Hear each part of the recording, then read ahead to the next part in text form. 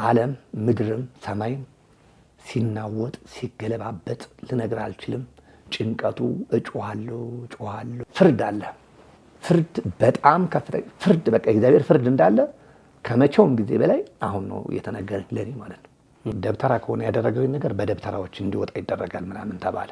የሚሰጠው ምስ ምናምን አለ ጨመረበት፣ የሆነ ነገር በጠበለና ጨመረበት። ከዛ በኋላ አወጣው፣ የሚገርም ቆፍሩ አወጣው መንግሎ።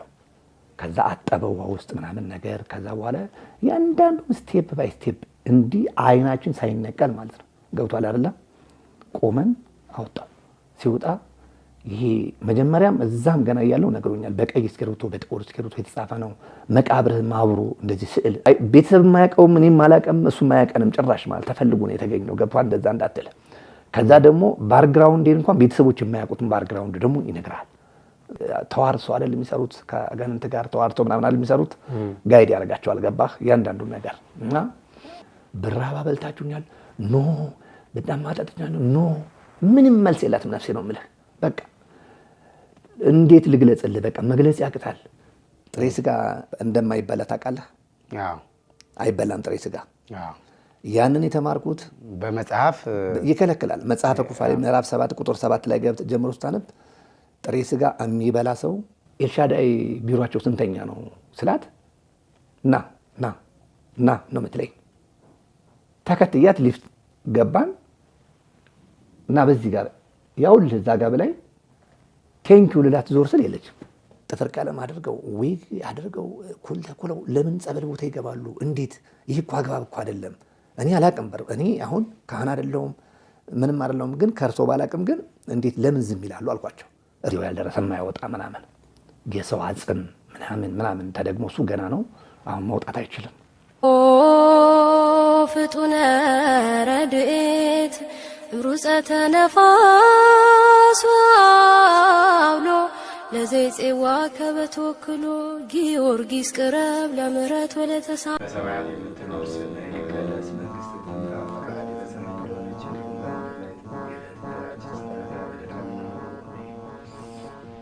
በስመ አብ ወወልድ ወመንፈስ ቅዱስ አሐዱ አምላክ አሜን። ሰላም በሀገር ውስጥና ከሀገር ውጭ የምትገኙ ውድ ኦርቶዶክሳውያን እንደምን አላችሁ? እኛ ደህና ነን፣ እግዚአብሔር ይመስገን። ዛሬም እንደተለመደው በአሸዋ ማዶ በርሜል ቅዱስ ጊዮርጊስ ላይ ሄደው ከዳኑ ከተፈወሱ የእጁን ታምራት የቃሉን ትምህርት ካዩና ከሰሙ እህቶች ወንድሞች መካከል አንድ እንግዳ ይዤላችሁ ቀርቤያለሁ። እንግዳዬ እሸቱ ይባላል።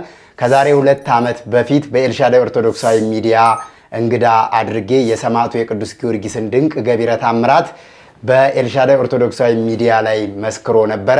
ከዛ ወዲህ ደግሞ ምን ተፈጠረ፣ በህይወቱ ምን ተከናወነ፣ ምን ተደረገ የሚለውን በራሱ አንደበት የሚያስረዳን ይሆናል። ለማንኛውም ግን በዚህ ሚዲያ ሁልጊዜ የምትሰሙት የእናታችን የምርት ደለጎ የቅድስት ኪዳነ ምሕረትን ድንቅ ታምርና የታምረኛው ደብረ መንክራት አሸዋ ማዶ በርሜል ቅዱስ ጊዮርጊስ በጠበሉ ላይ የሚደረገውን ድንቅ ምስክርነት ስለሆነ ወደዛ ጉዞ ማድረጋችሁን እንዳትረሱ። የካቲት 25 መነሻ መጋቢት 4 መመለሻ እንዲሁም በቀጣይ ጉዟችን መጋቢት 12 መነሻ መጋቢት 21 መመለሻ በኢትዮጵያ አቆጣጠር ጉዞ እየተዘጋጀ ነው። ወደዛ ጉዞ ማድረጋችሁ እንዳትረሱ ልናስታውሳችሁ እንወዳለን። በቀጥታ መወስዳችሁ ወደ እንግዳዬ ነው። ወንድሜ እሸቱ በድጋሚ እንግዳዬ የሆነ ስቱዲዮ ድረስ ስለመጣ ከልብ አድርጌ አመሰግናለሁ። እንኳን ደህና መጣ። እኔም በጣም አመሰግናለሁ። እግዚአብሔር ያክብርልኝ። አላየ ወንድሜ ቴንኪው። እንግዲህ ወንድሜ እሸቱ እንግዲህ ከዛሬ 2 ዓመት በፊት በርሜል ቅዱስ ጊዮርጊስ አብረን ተጉዘን በሚገርምና በሚደንቅ ሁኔታ የሰማዕቱን ድንቅ ስራ በዛ በአውደ ምሕረትም ላይ እንዲሁም ደግሞ ኤልሻዳይ ኦርቶዶክሳዊ ሚዲያ ስቱዲዮ ላይ መጥተህ ታሪክህን አካፍለህን ነበር። ለአድማጭ ተመልካቾቻችንም ተናግረህ ነበርና እስቲ ከዛ ወዲህ ደግሞ በባለፍ ክፍት ብሎ ስቱዲዮ መጥተህ አልቅሰህ ወደ በርሜል ቅዱስ ጊዮርጊስ ደጁ ላይ አድርሰኝ ውሰደኝ ወንድሜ ስትል አጋጣሚ ሆኖ ያው እግዚአብሔር የረዳቸው እህቶች ወንድሞች በውጭ ሀገርም በሀገር ውስጥም ሆነው ቀና አመለካከት ያላቸው ሰዎች ሄደው እንዲድኑ ጥረት የሚያደርጉ የኛን ያክልኛ በአገልግሎትም ቢሆን የተወሰነ ሽርፍራፊ ሳንቲም እናገኛለን። ሌሎች ሰዎች ግን በረከት ለማግኘት ነው 5ም 10ም አስተዋጽኦ የሚያደርጉትና በስፖንሰር ተሸፍኖልህ ሄደህ ነበረ። የሄድክበትስ ምክንያት ምንድን ነው? ከዚህ በፊት ምስክርነት ከሰጠህበት ጊዜ ወዲህ በአንተ ህይወት ላይ ምን ተፈጠረ? ምን ተከናወነ? በዚህ ልክስ ለኔ እንግዲህ በግል የነገርከኝ ብዙ ነገሮች አሉና ሌሎች ሰዎች ደግሞ ሰምተው ይማሩበት ብለህ ዛሬ መጥተሃልና እስቲ ከዛሬ 2 ዓመት በፊት ምስክርነት ከሰጠህበት ጊዜ ጀምሮ እስካሁን ድረስ ያሉትን እስቲ በቅደም ተከተል እንመጣባቸዋለን። ምን ተፈጠረ ወንድሜ እሸቱ? በጣም አመሰግናለሁ አለኝ። እግዚአብሔር ያክብርልኝ። እንዳልከው ነው እንደገለጽከው ነው። የዛሬ 2 ዓመት የካቲት 23 ጉዞ ላይ ከእናንተ ጋር ተጉዤ ነበረ። እዚህ ሚዲያ ላይ መጥቼ ምስክርነት ሰጥቼ ነበረ ስለ ሰማዕቱ ቅዱስ ጊዮርጊስ የተደረገልኝ ድንቅ ተአምራቶችና ቦታው ላይ ስላለው ነገር መስክር ያለውኝና በሰዓቱ እንደውም ብዙ ነገሮች ነበሩ በህይወቴ ላይ የተከሰቱትና አሁን ደግሞ በድጋሚ ደግሞ እግዚአብሔር ወዶና ፈቅዶ ሰማዕቱ ቅዱስ ጊዮርጊስ ያው በእናንተ አማካኝነት በደጋግ ኢትዮጵያውያን አማካኝነት ስፖንሰር ተደርጌ ባለፈው ያው ጥር 11 አሁን ባለፈው ጥምቀት ጥር 11 ላይ ያው ታስታውሳለህ እጅግ በጣም ከፍቶኝ ከራሴ ጋር አልነበርኩኝም። ማለት ወዴት እንደምሄድ ምን ማድረግ እንዳለብኝ አላቅም። በቃ መኪና ሁሉ ልገጭ ነበረ። የምስራች እንኳን ደስ አላችሁ። በጉጉትና በናፍቆት ሲጠበቅ የነበረው የደብረ መንክራት አሸዋ ማዶ በርሜል ቅዱስ ጊዮርጊስና ገባሪተ ኃይል ምርት ደለጎ ቅድስት ኪዳነ ምሕረት መንፈሳዊ ጉዞ ተጀመረ።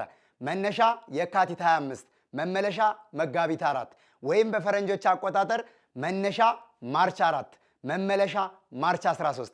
ቀድማችሁ ለመመዝገብ በ0954 777779 በ0969 777778 ላይ ቀድማችሁ መደወል ትችላላችሁ።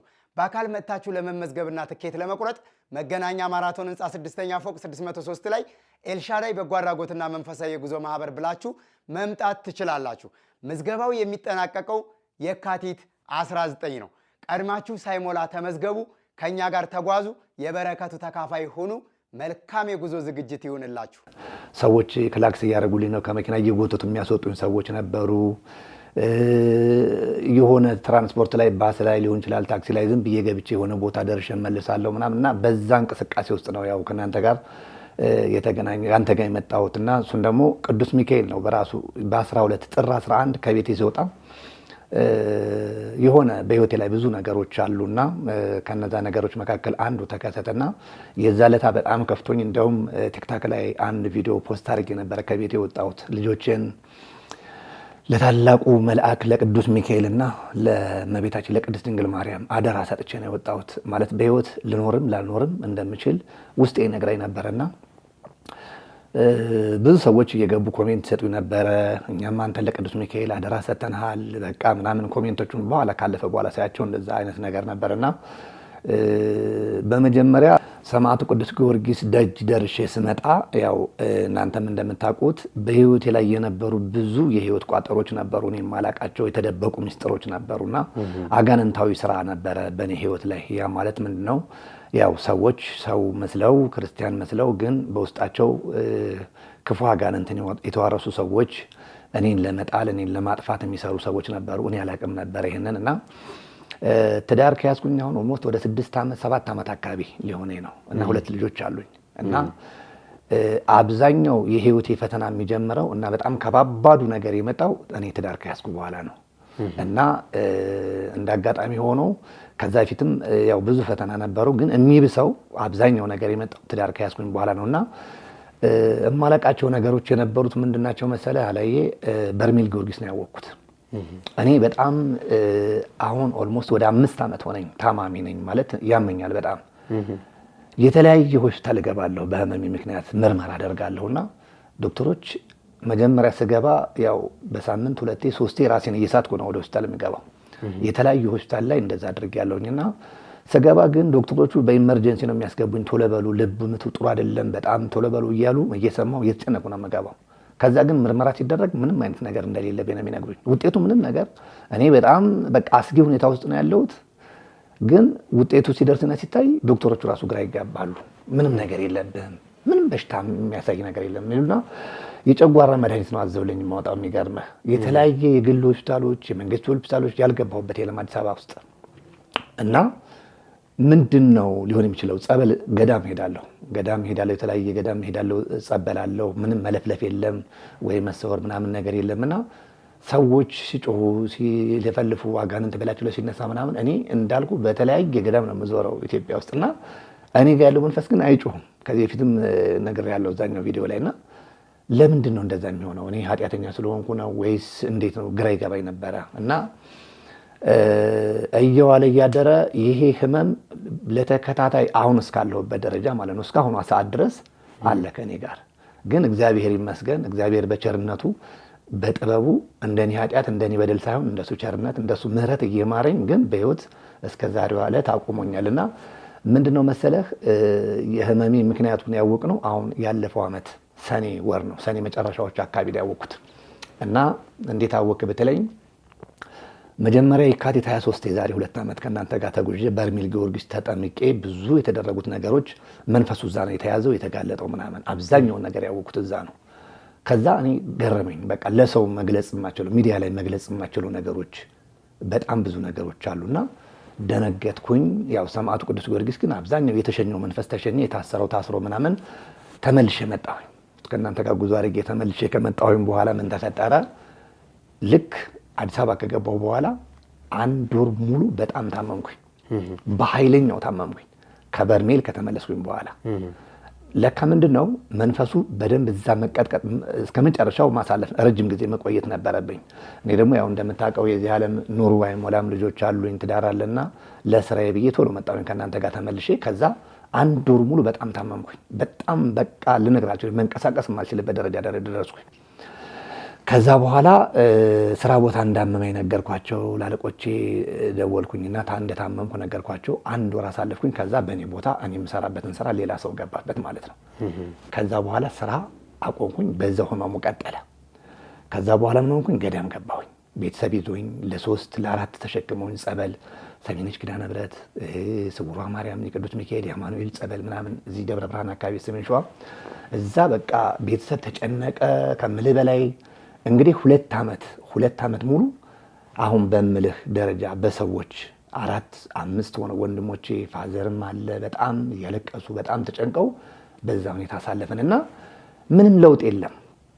እና ለውጥ የለም ግን መለፍለፍ መጣ። ከበርሜል በኋላ አጋንንቱ ይለፈልፍ ጀመረ ማለት ነው። ከዛ በኋላ ሲለፈልፍ ምንድነው የተፈጠረው? እዚህ ቤት መኖሪያ ቤት የምኖርበት ቤት ላይ የምኖርበት ቤት የባለቤቴ ቤቱ ቦታው ነው የምልህ የባለቤቴ ቤተሰቦች የቤተሰብ ቤት ነው የምንኖርበት እና አሁን ሰርተነዋል። ቆንጆ አድርገን በብሎኬት ምናምን የሚያምር ቤት አድርገን ሰርተነዋል። እኔ ከመጣሁኝ በኋላ ነው የሰራሁት። ከዛ መጨረሻ ላይ እዛ ግቢ ውስጥ የሆነ የተቀበረ መተት ነበረ፣ ድግምት ማለት ነው። ያ ሚስጥር ወጣ ማለት ነው። የት? ደብረ ብርሃን አካባቢ ባሉ ጸበሎች። ከዛ አጋጣሚ ይሄ ነገር እንዴት ሊሆን ቻለ? ቤተሰብም አለ ወንድሞችም አሉ ምናምን ከኔ ጋር አብረው ጸበል ለጸበል የሚንከራተቱ እንዴት እንደዚህ ሊሆን ቻለ? የሚገርም ነው። ያው መግለጽም አልፈልጋቸው ነገሮች አሉ፣ ግን ያው እነዚህ የሚያደርጉትን ሰዎች ምናምን እኔ ያውቃለሁ፣ ቤተሰብም ያውቃል። ከዛ መጨረሻ ላይ ምንድነው መፍትሄው? ምንም መፍትሄ ጠፋ። ከዕለት ወደ ዕለት ራሴን እየሳትኩኝ ይዘውኝ ራሱ በቃ እንደውም ፋዘር ያለቅሳል። ቀን ከሌሊት ነው የሚያለቅሰውና ወይኔ ልጆቼ እያለ በቃ ዝልፍልፍ ብሎ በዛው ይቀርብኛል። ምን ይደረግ ተባለ ሲባል ፋይናሊ የሆነ ሰው እንደዚህ ሲሰማ የኔን ህመም ይሄ ነገር እኮ የሰው እጅ እኮ በእንደዚህ አንዳንድ ጊዜ በጸበል አይወጣም ምናምን ተባለ። እና ታዲያ ምንም ሲባል አይ ይሄንን ነገር ይሄ አጋንንታዊ ስራ በራሳቸው በእንደዚህ ተማሪ ደብተራ ከሆነ ያደረገው ነገር በደብተራዎች እንዲወጣ ይደረጋል ምናምን ተባለ። እኔ ደግሞ እንደዛ አይነት ነገር አልወድምም አላቀምም። ከልጅነት እስከ እውቀት ቤተሰቦችን ወደ ንስሐ እንዲመጡ ምናምን የማደርገው እኔ ነኝ። ከዛ እንደዛ መሆን አለበት ካለዛ በጣም ከባድ ነው ምናምን ተብሎ ያለቅሳሉ እነሱ። እኔ በቃ ከዕለት ወደ ዕለት በጣም በሞትና በህይወት መካከል ነው ያለሁት። ከዛ በኋላ ላይ ምን አደረጉ? ለልጆች መኖር ትፈልጋለህ ይለኛል አባቴ። ለልጆች መኖር ትፈልጋለህ? ልጄ እባክህ አንተ አውቃለሁ እንደዚህ አይነት ነገር እንደማትወድ እንዲህ አይነት ነገር እኛንም ወደ ንስሐ እንድንመጥ ወደ ቅዱስ ቁርባን እንድንመጣ የምትመክረን ሁል ጊዜ እያለቀስክ የምትመክረን አንተ ነህ። ልጄ እባክህ ግን ዳን። ልጆች አንተ ከሌሉ ልጆች መኖር አይችሉም እና እባክህ ይለኛል ሁል ጊዜ። አላደርግም፣ እንደዛ ነው የምለው። ወደ አዋቂ ጋር አልሄድም። ከዛ ግን መጨረሻ ላይ በምን ተሸነፍኩኝ? ግቢ ውስጥ የተቀበረው መተት ድግምቱ የት ቦታ ላይ እንደተቀበረ፣ በምን እንደተቀበረ፣ እንዴት እንደተቀበረ እያንዳንዱ ነገር ይኸው ከፈለክ ስማ ምናምን ብለው አሰሙኝ ማለት ነው። በምን አሰሙ? ሰውየው ጋር ወሰዱኝ። ከዛ ትልቅ መጽሐፍ ገላጭ ምናምን ነው። ከዛ በቃ ከእግዚአብሔር ጋር እየተጣለው ነፍሴም እየተጨነቀች ስጋዬም እየተጨነቀች እሺ በቃ ያውጣዋል ስላቸው አዎ ያውጣዋል። እሱ ደግሞ ከወጣ አንተ ሰላም ትሆናለህ። ስለዚህ ለሰው ክፉ ነገር አይደለም ያደረከው። ሰዎችን አንተ ከመጥፎ ወደ መልካም ወደ ጥሩ መንገድ ነው እየመራህ እንጂ ለሰው ክፉ እስካላረክ ድረስ ይሄን ነገር ማውጣት ይቻላል እና ያውጣዋል። እርግጠኛ ናችሁ? አዎ። እኔ ቢያንስ ጓጓሁ። ገባህ አይደለ? ልጆቼ በቃ በጣም የምወዳቸው ማለት በጣም እንኳን ለኔ ለወለድኳቸው አባታቸው ይቀርና ለሌሎች ሰዎች ራሱ የሚያሳዝኑ ልጆች አሉኝና እነሱን እያሰብኩኝ አለቅሳለሁ። መንቀሳቀስ መቆም አልችልም ምናምን እና እንዴት ልሄድ ሰውዬው በስላቸው ችግር የለውም እኛ ደግፈን በመኪና እንወስዳለን ነው ወሰዱኝ። ከዛ በኋላ ቁጭ አልኩኝ። እያንዳንዱ ነገር ነገረኝ። የሚገርም መጽሐፍ እንደዚህ ማለት ነው የተደረገውን ነገር በሙሉ ነገረኝ። ስብሐት ለአብ ወወልድ ወመንፈስ ቅዱስ። ደነገጥኩኝ። በቃ ተንቀጠቀጥኩኝ። እሺ ምንድነው ማድረግ ያለብኝ? አይ ማድረግ ያለብን እንደዚህ እንደዚህ ነውና ይወጣል ምናምን። ከዛ በኋላ ውሰዱኝ አውጡኝ ከሱ ጋር አልኩኝ። ከሰውዬው ጋር ቀስ ብዬ አውጡኝ። እሺ በሉት ግን አውጡኝ አልኳቸው። ደነገጥኩ። በቃ እየተንቀጠቀጥኩኝ ከዛ ወጣሁኝ። ከዛ በኋላ ምን አሰብኩኝ? ሌላ ሰው እስኪ ደግሞ ፈልጉልኝ። እኔ አላምንም ይሄን ነገር አልኩኝ። ይሄን ነገር ማመን አልችልም። ሌላ ሰው እስኪ ደግሞ ትክክለኛ ምናልባት ከሆነ ሌላ ሰው ጋር ውሰዱኝ፣ እንደዚህ አይነት ፈልጉልኝ ሰው። በቃ እንደዚህ አንዴ ገብቻለሁኝ። በቃ እግዚአብሔር ለንስሐ ሞት ያውቀኝ እና ምን ላደርግ ተጨነቅኩኝ። በቃ ከዛ ደግሞ አሁንም ሌላ ሰው እንደዚሁ ደግሞ በጣም በጣም አደገኛ አለ የተባለ ሰው ይሄ ባህር ከፋች ምናምን የሚባሉ ሰዎች ታውቃለህ? እንደዛ አይነት ሲባል እንደዚህ ያለ ምናምን ተባለ። ተፈልጎ እሱ ጋር ወሰዱኝ። ዘ ሴም ቲንግ ተመሳሳይ ነገር ነገረኝ እሱ። ከዛ ምን ላደርግ አሁን እያመንኩ መጣሁኝ። ገባህ አይደለ? እዛ ጋር ያለው ነገር እንዳለ እያመንኩ መጣሁኝ። ማስረጃ ብዙ ማስረጃ ነገረኝ። ያኛውም ሰውዬ ይሄኛውም ሰውዬ ማለት ነው። ከዛ በኋላ በጣም ደነገጥኩኝ። እንዲያውም ምን አለ ልክ ሐምሌ ሳይገባ ይሄን ነገር ካልደረጋችሁ ልጁን በሕይወት አታገኙትም ምናምን ተባለ። በቃ ቤት ፋዘርም ያለቅሳሉ፣ ወንድሞችም ያለቅሳሉ ምናምን፣ እኔም ያለቅሳሉ። ደነገጥኩ በቃ። ከዛ በኋላ እንቅልፍ የለም፣ ሌሊትም እንቅልፍ የለም ምናምን። ከዛ ይሄን ግዙ፣ ይሄን እንደዚህ ያድርጉ። ከዛ ዕጣ ክፍሌ ነው ሄጄ አውጣው፣ እያያችሁ ከፈለጋችሁ ካሜራችሁን ደቅናችሁ ይሄ ቀረጻችሁ ምን ስራዬ ነው ምናምን አለ። ብር ይሄኛል ብር ትከፍላላችሁ ምናምን ተባለ። እኔ እጄ ላይ ገንዘብ የለኝም። በሕክምና በጣም በብድርም በሰዎች እርዳታ ምናምን ገንዘቤን ጨርሻለሁ። 5 ዓመት በላይ ማለት ነው። ይህን ስለ እንደ ቀልድ የሚወራ ነገር ሳይሆን ለምሳሌ በሳምንት 3 ጊዜ ራሴን እየሳትኩ ሆስፒታል እገባለሁ። በሳምንት 4 ጊዜም ድረስ ሆስፒታል ራሴን እየሳትኩ እገባለሁ። አንዱ ሆስፒታል ሌላ ቦታ ትራንስፈር ያደርገኛል። ምርመራ፣ የተለያየ ምርመራ ይደረጋል። ምንም ነገር የለም። ከዚህ አንጻር ነው አሁን ፋሚሊ ቤተሰብም እንደዚህ አይነት ነገር እንዲወስኑ ያስገደዳቸው። ገባህ? ከዛ ይሄ ሰውዬ ምን አለ? ዕጣ ክፍሌ ነህና ቀጥታ እንደዚህ ቦታ ትልቅ እንደዚህ አበባ ማስቀመጫ አለ ግቢያችን ውስጥ። እንዲገርም እዛ ውስጥ እየተቀበረ እንደዚህ በክንድ ግማሽ ድረስ አድርገው ውስጥ ላይ የተቀበረ አለ። ከተቀበረ ይሄን ያህል ጊዜ ሆኖታል ምናምን እና ደግሞ ሌላም አለ ጊዜው ያልደረሰ የማይወጣ ምናምን የሰው አጽም ምናምን ተደግሞ እሱ ገና ነው አሁን መውጣት አይችልም ምናምን ተባለ። እና ይህን ሁሉ ለማድረግ ለኔ ነው ወይስ ለቤተሰቦቼ ሁሉ ነው ወይስ ለኔ ለብቻዬ ነው ስለው ለአንተም ለቤተሰብህም ጭምር ነው ማለት ያደረጉት ነገር። በቃ ትዳሩ እንዲፈርስ ከባለቤቴ ጋር እንዳልስማማ እሷ የተናገረችው ነገር እኔ እንዳይጥመኝ እኔ የተናገርኳት ነገር ለእሷ ደግሞ እንደዛ ነን። አልፎ በትዕግስት ነው በቃ ምን እኔ አብዛኛውን ጊዜ ቤተክርስቲያን ላይ ስለማስብ የእግዚአብሔርን ቃል ስለምሰማ ምንም እኮ ማያጣላ ነገር እንዴ ነው ምናምን ባለቤቴ ካልኳት ወዳ አይደለም። እሷ በጣም ምስኪን ናት ባለቤቴና ምንም የምታውቀው ነገር የለም። ምንም ተንኮል የላትም፣ የሆነ ምቀኝነትም ምንም ነገር የላትም። በቃ ምስኪን በቃ ንጹህ ክርስቲያኖች ምንም አታውቅም፣ ምስኪን በቃ እና ግን አንግባባ። እኔም ስለማቅ በቃ ዝም እላለሁ። ከዛ መጨረሻ ላይ እሺ ይሄኛውን ታወጣዋለህ እርግጠኛ ነህ? እኔ መኖር ፈልጋለሁ እርግጠኛ ነህ አልኩት። አዎ እርግጠኛ ነኝ። ከዛ ማስረጃ ሰጠኝ። ይሄ ማለቃቸው በህይወቴ ከልጅነት እስከ እውቀት የገጠሙኝ ነገሮች ሁሉ ነገረኝ። ሰውየው ያንተን ባክግራውንድ የሚያውቅ ሰውስ ቢሆን? አይ ቤተሰብ የማያውቀውም እኔም አላውቅም እሱ የማያውቀንም ጭራሽ ማለት ተፈልጎ ነው የተገኘው። ገብቷል? እንደዛ እንዳትል። ከዛ ደግሞ ባክግራውንዴን እንኳን ቤተሰቦች የማያውቁትን ባክግራውንድ ደግሞ ይነግራል። አሁን አንዳንዴ ምን አለ መሰለህ ያው ተዋርሶ አይደል የሚሰሩት ከአጋንንት ጋር ተዋርቶ ምናምን አይደል የሚሰሩት ጋይድ ያደርጋቸዋል። ገባህ? ያንዳንዱን ነገር እና ከዛ በገንዘብ ተስማማሁኝ። ገንዘብ የለኝም።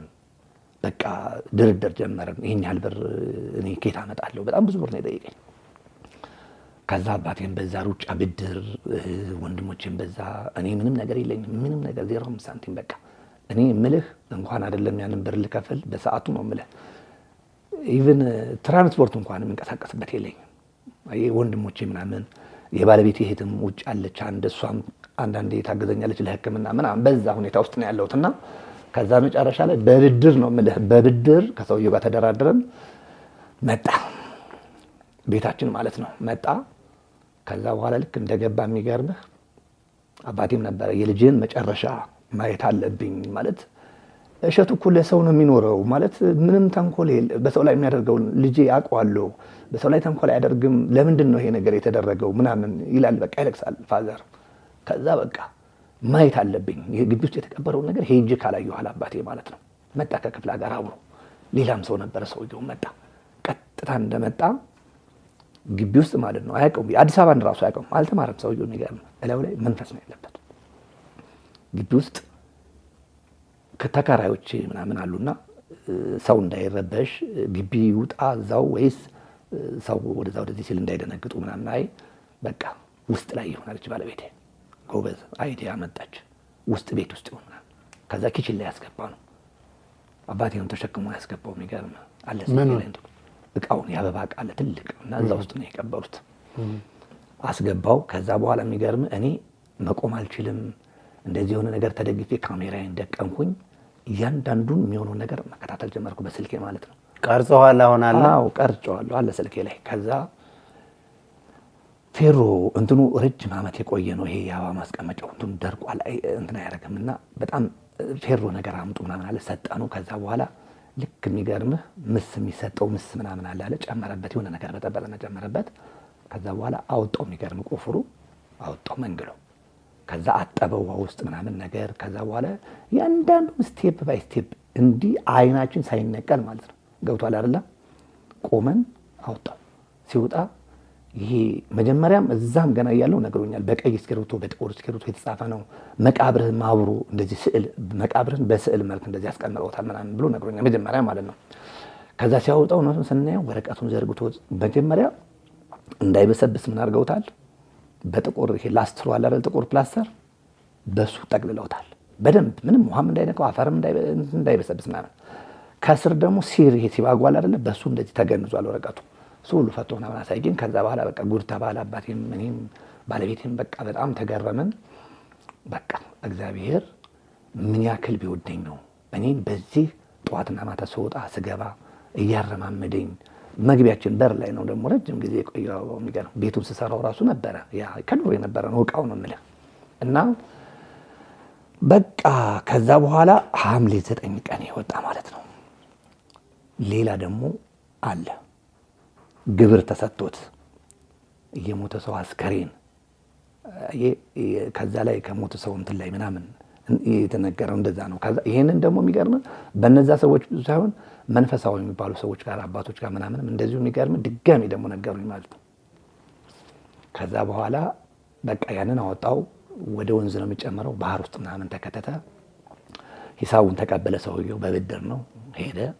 ከዛ በኋላስ እኔን ጭንቀት ልክ ቤቱን ጸበል እርጩልኝ እንደዚህ ሆኛለሁ በህይወት ይሄ ሆኖ ላልኳቸው ባለቤት ንስሐ አባት ሁለት ገና አልተጠቃለለም ወደ አንድ አባትና መተው ልክ ጸሎት አደረጉና ገና መርጨ ሲጀምሩ ከመኝታ ቤት ማለት እንደደግፈውኝ ሲመጣ አንድ ጊዜ ነው ገና ጸበል ሲረጩኝ ለካ ያኛው መንፈስና ያኛው መንፈስ ይጋጫል፣ ይሄ መቆየት ነበረበት ምናምን አይነት ነገር ነው የሚባለው። በኋላ ከዛ እኔን ቀየረኝ። እዛው ቤት መለፍለፍ ጀመርኩኝ። በጣም በኃይለኛው ጩኸት ልነግርህ አልችልም መጮህ። ከዛ ልክ ከቤት ከሳሎን አምልጫቸው ወደ ውጭ ልወጣ ስል የሆነ ልጅ አለ ተከራይ፣ እሱም በሩን ቆልፈው ምናምን ተብሎ በሩን ቆልፎት ግቢ ውስጥ በቃ እዛ ያው መያዝ ምናምን አልቻሉም። እኔን ገብቷል ውስጥ ሌላ መንፈስ ስላለ ፓወሩ በጣም እንትን ስለሆነ በቃ በጣም ጎረቤት እስከሚሰማ ድረስ የአካባቢ ሰው ምንድነው ተብሎ ለካ በኋላ ሌላ ጊዜ ሰማ ምን ሆኖ ነው ምንድነው ችግር ምን ተፈጥሮ ነው እሸቱ ጋር ምናምን ተብሎ ጎረቤት ለካ ከውጭ መጥቶ ይሰማል።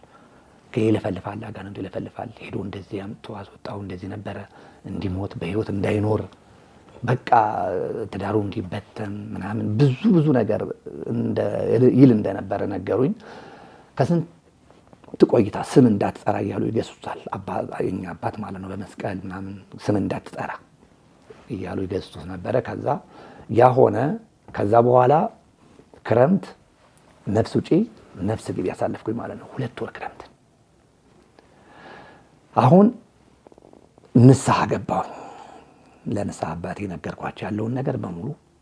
በቃ እንኳን ወጣ እንኳንም ተጣለ፣ አይዞህ ልጄ በርታሉኝ፣ ንስሐዬን ሰጡኝ። እዛው ተኝቼ አልጋዬ ላይ ቀኖናዬን ጨረስኩኝ። ከዛ በኋላ ምን ይሆናል መሰለህ? አሁን እዛ ጋር ደግሞ ሌላ ነገር አለ ብዬ የለም። አሁን እኔ እንቅልፍ መተኛት አቃተኝ።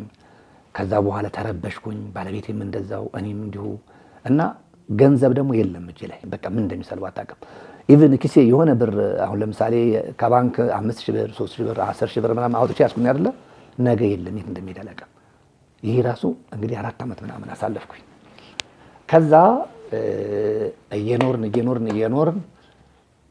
አሁን ባለፈው ጥር ላይ ከዛ በኋላ የተለያዩ አሁንም ገዳም ነው ማሳለፍ ያለሁት። ፎቶዎች አሉ ምናምን በጣም በቃ ከሰውነት ጎዳና ወጥቼ እንደውም ፖስት አደርግ ነበረ በፌስቡክ ላይ ቲክታክ ላይ ምናምን ፖስት አደርጋለሁ።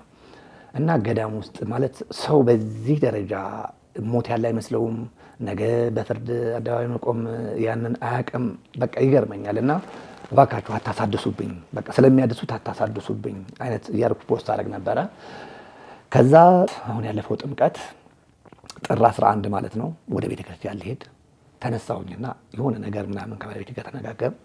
ከዛ አሁንም በቃ ትንሽ ነገር እኮ ነው፣ በጣም ምንም የሚያጣላም ነገር አለም። ከባለቤቴ የሆነ ነገር ስላት እሷ የሆነ እንዲህ ቢሆን ምን አይነት ነገር ወዲያው ቀየረኝ። በቃ ማን ነው የሚረዳኝ? በቃ ከዛ አሁንም በውስጥ ያለው ርኩስ መንፈስ በቃ እንትን አደረገኝ። ከዛ በኋላ ወዲያውኑ ስልኬን አነሳሁኝ። ቲክቶክ ላይ ቆይታ ያዋለህ ልጆቼን ለቅዱስ ሚካኤል ለኪዳነ ምሕረት ደግሞ ኪዳነ ምሕረት የባለቤቴ ጽዋ ቤት ነበረ ስዕል አድኖ ዋጋ በቃ አደራ ሰጠቻቸው ለቅዱስ ሚካኤል እና ለኪዳነ ምሕረት። ከቤት ወጣሁኝ። ከዛ በኋላ ወዴት እንደሚሄድ አላውቅም ምናምን። ልክ በ12 የት እንዳደርጉሉ አላውቅም። በ12 ቅዱስ ሚካኤል እዚህ ይነግስ የለ ጥር 12 ቀጥታ እዚህ አካባቢ ጋር ደርሼ ማለት ነው ሳይ እንደዚህ በምን እንደመጣው እንዴት እንደመጣው ማስታወሰው ነገር የለም። ሚካኤል እዚህ ፊት ለፊቱ ጋር ማለት ነው እንደዚህ አስፋልት ላይ ቆሜ አለቅሳለሁ። ሰው እያየኝ ምናምን ያልፋል። ለመጠየቅም እንጠይቀው የሚፈራም አለ ምናምን እና ግማሹ ደግሞ ከንፈር እየመጠጥ አይዞህ ምናምን አይነት ነገር ቆሜ ዝም ብዬ አለቅሳለሁ። እምባ ይወርዳል። ምን ትዝ አለኝ? የእናንተ ቢሮ ትዝ አለኝ። የእናንተ ቢሮ ትዝ ሲለኝ አሁን ጉዞ ይኑር አይኑር አላውቅም። እኔ ሚዲያ ላይ አይቼም አላውቅም። ቆይቻለሁ ካየሁት ጥሩ እንትን ላይ አልነበርኩም። ወሩ ሙሉ ጥር ራሱ ማለት ነው። ከዛ ቀጥታ የሆነች ቀይ ሴትዮ ትመራኛለች ከፊት ማለት ነው። ሊፍት ጋርም አብራኛለች። በሊፍትም አብራኝ ነው የወጣችው። ኤልሻዳይ ቢሮቸው ስንተኛ ነው ስላት ና ነው የምትለኝ። ተከትያት ሊፍት ገባን እና በዚህ ጋር ያውልህ እዛ ጋር በላይ ቴንኪው ልላት ዞር ስል የለችም። የሚካኤል ዕለት ነው የምልህ አመሰግናለሁ ልላት እንዲህ ዞር ስል ከኋላ የለችም። ደነገጥኩኝ፣ እየተንቀጠቀጥኩኝ። አሁን መቆም እራሱ አልችልም። ይሄ ከወገቤ በታች ወገቤ ይይዘኛል፣ እግሬ ይታሰራል፣ ያዞረኛል፣ ይደክመኛል ምናምን እና እንደምንም መጣሁኝ። ከዛ በኋላ ያው ከአንተ ጋር ተገናኘን። እያለቀስኩኝ ነበረ፣ ጥሩ ስሜት ላይ ነበር። አንተም አብረህ አልቅሰኝ ምናምን ጠየቀኝ፣ ነገርኩህ። ከዛ መታወቂያን አምጣ ብለህ አስመዝግበኝ ያው በርሜል ደርሼ መጣሁኝ። አሁን ከበርሜል ከመጣሁ በኋላም ያለው ጸበል ቦታ ነው። እንዴት ነበር አሁን በዚህ በሄድክበት ጉዞ ቅዱስ ጊዮርጊስ አሁን ሲሄድ አሁን ባለፈው ከእናንተ ጋር ሲሄድ እጅግ በጣም ከባድ ነገር ነው የገጠመኝ። ምን ገጠመ? በርሜል ላይ የገጠመኝ ነገር የዛሬ 2 ዓመት የሄድኩ ጊዜ ያየኋቸው ነገሮች አሉ ተሰውሬ ማለት ነው። እጅግ በጣም ከባድ የሆነ ነገር አሁን ደግሞ ብሶ ነው የጠበቀኝ ማለት። የመጀመሪያ ቀን በርሜል ደርሼ ልክ ጸበል ውስጥ ስገባ ገና ጭንቀቱ ገና ወደ ጸበሉ ቦታ ስገባ ነው። ከዛ ፊት ስለማቀው አሁን ከእናንተ ጋር ሄድኩት ለ3ኛ ጊዜ ነው ሰማዕቱ ፈቅዶልኝ።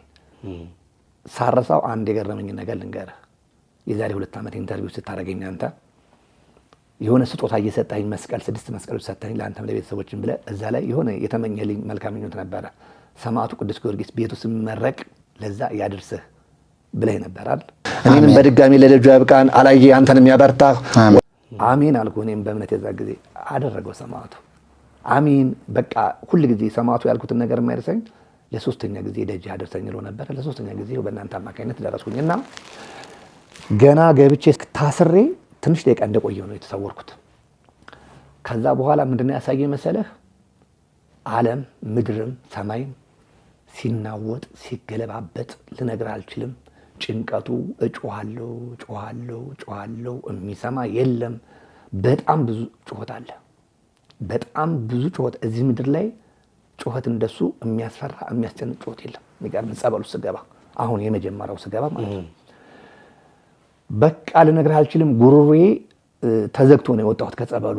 ከዛ እንደዛ ነው በቃ ዓለም ስትደበላለቅ ዓለም ስትናወጥ ሰማይና ምድር ሲደበላለቁ ምናምን የሚያሳይ እና በቃ ሲኦል ነው ገሃነመ እሳት ነው አለይም። ግን ከአይምሮ በላይ የሆነ እዚህ ምድር ላይ የሌለ ጭንቀት ተጨንቄ እግዚኦ አንድ እድል ስጠኝ ነበር የምለው ነፍሴ። አንድ እድል ስጠኝ፣ ወደ ምድር መልሰኝ፣ አንድ እድል ስጠኝ ነበር ነፍሴ የምትለው። አንድ እድል ስጠኝ፣ ወደ ምድር ልመለስ፣ በቃ ወደዚህ ምድር ልመለስ፣ አንድ ጊዜ ብቻ እድል ስጠኝ፣ በቃ እድል እንዲሰጠኝ ነው ገብቶሃል ነፍሴ የምትጠይቀው የነበረችው። ከዛ ወደ ራሴ ሲመልሰኝ ጸበሉ ልክ አልቆ ሁሉ ሰው እየተፈታ ምናምን ነበርና ሌላም ጊዜ እንደማደርገው በቃ በጣም አለቀስኩኝ። በቃ ከፍተኛ ራስ ምታት ነበረ፣ ወጣሁኝ። በሁለተኛው ቀንም እንደዛው። እኔ ዓለም እንዲህ አይነት ጭንቀት ሰምቼም አይቼም አላውቅም። የሚያስጨንቀኝ የነበረ ጭንቀት። ከዛ አሁንም እንደዛው በቃ ሲኦል ገሃነመ እሳት ምናምን በቃ ጩኸት ነው። እና ምን ያሳየኛል መሰለህ? ዘመን ያልፋል፣ በቃ ዘመን ያልፋል፣ ሌላ ዘመን ይመጣል፣ ዘመን ያልፋል፣ ሌላ ዘመን ይመጣል።